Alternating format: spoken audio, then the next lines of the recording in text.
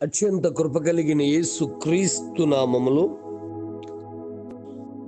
వాక్యాన్ని వింటున్న బిడ్డలందరినీ కూడా దేవుడు సమృద్ధిగా దీవించి ఆశీర్వదించును గాక. ఆమేన్.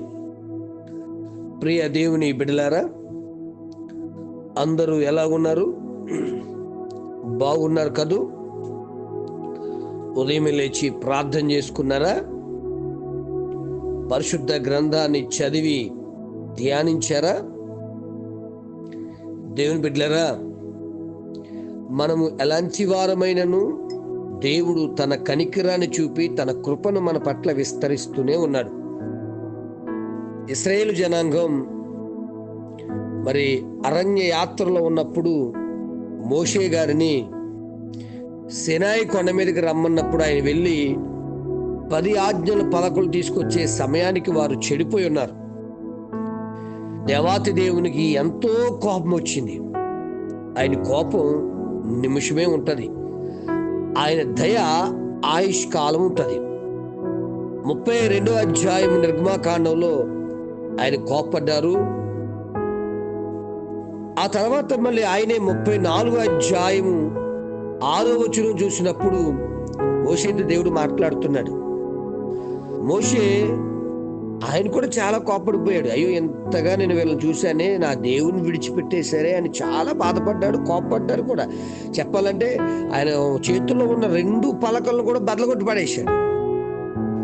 ఒక మానవ మాతృడైనటువంటి ఈ మనిషికే అంత కోపం వస్తే 40 రాత్రింబగళ్ళు 40 సంవత్సరాల పాటు మరి ఇశ్రాయేలీయులను చక్కగా నడిపించారు. చెప్పాలంటే వారు వంట వండలేదండి 40 సంవత్సరాలు. దేవుడే వారికి చక్కని ఆహారాన్ని పంపించాడు, మన్నాని. 40 సంవత్సరాల పాటు వారు కాళ్ళు వాయలేదు, వారు వస్త్రములు పాతగిలలేదు. అంటే వారికి ఏమి కావాలో అవన్నీ దేవుడే ఏర్పాటు చేశాడు. ఎంత మంచి దేవుడు, ఆలోచన చేద్దామా? మరి అంత మంచి దేవుణ్ణి వారు విసిగించారు. ఆ మంచి దేవుడి కోపం తెచ్చారు. అందుకే ఆ నిమిషం కోపం కూడా వారు తట్టుకోలేకపోయారు. బిడ్డలారా, మనం కూడా చాలాసార్లు ఆలోచించండి. మనకేమి కావాలో అవన్నీ ఆయన అనుగ్రహిస్తూ ఉన్నాడు. తన కనికరము చేత కృపను మన పట్ల విస్తరింపచేస్తూనే ఉన్నాడు. ప్రజలు ఆకలితో ఉన్నప్పుడు వారికి ఏం పెట్టాడు? ఆహారం పెట్టాడు. యేసుక్రీస్తు ప్రభువు వారు కూడా మార్కు సువార్త 8వ అధ్యాయము 1-2 వచనాలు మనం చదివినప్పుడు, ప్రజలు ఆకలితో ఉన్నప్పుడు వారి మీద కనికరపడి వారికి ఆకలి తీర్చడమే కాదు బిడ్డలారా, వారి ప్రయాణ క్షేమము కొరకు ఆలోచించే దేవుడు మన దేవుడండి. బిడ్డా, ఈరోజు ఒకవేళ నీవు కూడా భయంకరమైన పరిస్థితులు కూడా వెళ్తున్నావేమో, ఒకవేళ అది దేవుని కోపం తెచ్చి నువ్వు ఉన్నావేమో, గమనించు. నా యేసే కనికర సంపన్నుడు, కృపచూపు దేవుడు. ఆనాడు కోపపడిన దేవుడు ఆయనే.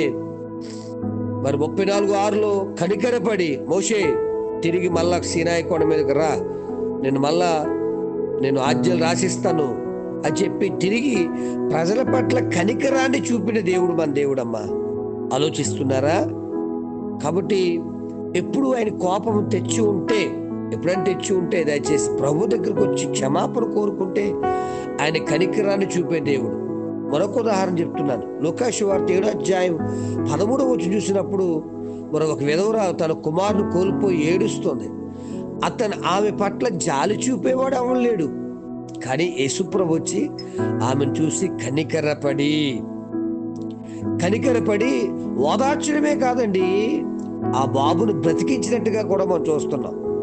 బిడా, నీకు ఆహారం అందలేనప్పుడు ఆయన కనికరపడి ఆకలి తీర్చే దేవుడు. మరణకరమైన సమస్యలు గుండా వెళ్తున్నప్పుడు ఆయన నిన్ను బ్రతికించి నీ పట్ల కనికరాన్ని చూపి విడుదలిచ్చే దేవుడు. ఇంకోటి చెప్పనండి, మార్కు సువార్త 6వ అధ్యాయం 34వ వచనంలో ప్రజలు కాపర్లేని గొర్రెలుగా ఉన్నందువల్ల ప్రభు వారి మీద కనికరపడ్డాడు అని చెప్పేసి అక్కడ రాయబడింది. అనగా నీ పరిస్థితులు, నీ స్థితిగతులు నిన్ను వేరు చేసి ఒంటరి చేసి పట్టించుకునేవారు లేరే అని ఏడుస్తున్నప్పుడు నిన్ను పట్టించుకుని నీ పరిస్థితులన్నీ నీకు అనుకూలంగా మార్చే దేవుడు. మరొక్కసారి, ఆకలితో ఉన్నప్పుడు ఆహారం నీవే అందించే దేవుడు.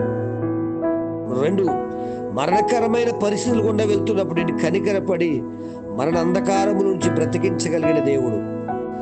కాపరి లేడు అంటే కనికరించేవారు లేరు, నిన్ను ఆదరించేవారు లేరు, లేక నిన్ను లీడ్ చేసేవారు లేరు అని నిన్ను ఇబ్బంది పడుతున్నప్పుడు నీకు కాపరిగా ఉండడానికి ఇష్టపడి పరమ సింహాసనాన్ని విడిచిపెట్టి భూలోకానికి వచ్చి నీ కొరకు ప్రాణమర్పించిన నా గొప్ప దేవుడు ఎంతటి కనికర సంపన్నుడు ఆలోచించు. మనమే ఆయన కోపం తెస్తున్నాం. బిడ్డ, ఈ రోజైనా ఒకవేళ నీకు కూడా నాకు దేవుడు దూరం అయిపోయాడేమో, నా ప్రార్థన దేవుడు ఆలకించట్లేదేమో, అందుకే నేను పట్టిందల్లా బూడిదైపోతుందేమో, లేకపోతే ఎలాంటి స్థితి ఏమో, నేను ఎంత ప్రార్థన చేసినా దేవుడు కాదు బిడ్డలారా, ఒక్కసారి సరి చేసుకుంటూ, ప్రభువా నా జీవితంలో గొప్ప కార్యం చేయడానికి నువ్వు కనికర సంపన్నుడు కనుక నేను చేసిన మిస్టేక్స్ అన్నీ ఒప్పేసుకుంటున్నాను. నా యందు కనికరపడి నా జీవితంలో గొప్ప కార్యం జరిగించాను అడుగు. వృద్ధువాడు కూడా, అయ్యా కనికరపడి ఇష్టమైతే, ఒక కుష్ఠరోగి వచ్చాడు, అయ్యా నీకు ఇష్టమైతే నన్ను బాగు చేయను. ఆయన వండర్ఫుల్ ప్రార్థనలు అండి ఇవన్నీ. కాబట్టి ఆయన కనికరం నీ పట్ల నా పట్ల ఉండాలంటే దయచేసి ఆయన మాట వింటూ ముందుకు కొనసాగినట్లయితే కనికర సంపన్నుడైన దేవుడు పరిస్థితులు మారుస్తాడు. మరణకరమైన పరిస్థితులను జీవముతో నింపుతాడు. బిడ్డలారా, చివరిగా గమనించండి దయచేసి, మరి కాపరులేని గొర్రెల్లాగా ఉన్న మనకు ఆయన కాపరిగా ఉంటూ మనల్ని దేవుడు దీవిస్తాడు. అటువంటి కృపా సహాయ వాక్యాన్ని వింటున్న బిడ్డలందరికీ అనుగ్రహించును గాక. ఆమేన్. తండ్రి నీకు స్తోత్రాలనైనా. ఇశ్రాయేలు జనాంగం తన ఇష్టానుసారంగా జీవించినప్పుడు వారి మీద కనికరపడి, అయ్యా మోషేను మళ్ళీ తిరిగి సీనాయి కొండ మీదకి రమ్మని వారికి మేలు అనుగ్రహించిన దేవుడు నైనా నీకు స్తోత్రాలు. అయ్యా బాబు చనిపోతుంటే విధవరాలు ఏడుస్తున్నప్పుడు ఆమెను చూసి కనికరపడి ఆ బాబును బ్రతికించి అయ్యా బిడ్డ పట్ల కనికరాన్ని చూపిన దేవుడు నైనా. అయ్యా నీ బిడ్డలు ఆకలితో అలమటిస్తున్నప్పుడు వారికి సమృద్ధైన ఆహారాన్ని అనుగ్రహించడానికి కనికరపడిన దేవుడు నైనా. అయ్యా కాపరే లేరని, అయ్యో మాకు ఒంటరితనమని, మమ్మల్ని ఆదరించేవారు లేరు, మాకు పేరెంట్స్ లేరని బాధపడుతున్నప్పుడు కాపరిగా ఉండడానికి భూలోకానికి వచ్చిన పరమ తండ్రినైనా. ఎంత మంచి దేవుణ్ణి మేము కలిగి ఉన్నందుకు అయ్యా మేమెంతో నిన్ను ఘనపరచవలసి ఉన్నది ప్రభు. అయినను నీ మాట వినకుండా తిరుగుతున్న మమ్మల్ని క్షమించి ఈ రోజైనా నీలో ఉన్న ప్రభు మరి ఈ యొక్క గొప్పతనాన్ని గుర్తించి నీ దగ్గరకు వచ్చి అయ్యా నిన్ను ఆరాధించే భాగ్యాన్ని ప్రియ బిడ్డలందరికీ అనుగ్రహించమని, నీ బిడ్డల పట్ల కనికరాన్ని చూపి గొప్ప కార్యాలు ప్రతి కుటుంబంలో జరిగించి, ఒకవేళ రోగ వ్యాధి బలహీనతలతో ఉంటే వారిని స్వస్థపరచమని, నడిపించి లేవనెత్తి మహిమ పొందమని, ఆరోగ్య ఆశీర్వాద దీవెనలు కాపుదల భద్రత వారి ప్రయత్నాల్లో వారి ప్రయాణాల్లో అనుగ్రహించమని, మహిమ పొందమని కనికర సంపన్నుడైన యేసు నామమున అడుగుచున్నాను తండ్రి. ఆమేన్. ప్రార్థనా అవసరం కొరకు నా సెల్ నంబర్ 9866958571. ప్రభు కృప మీకు తోడుగా ఉండును గాక. ఆమేన్.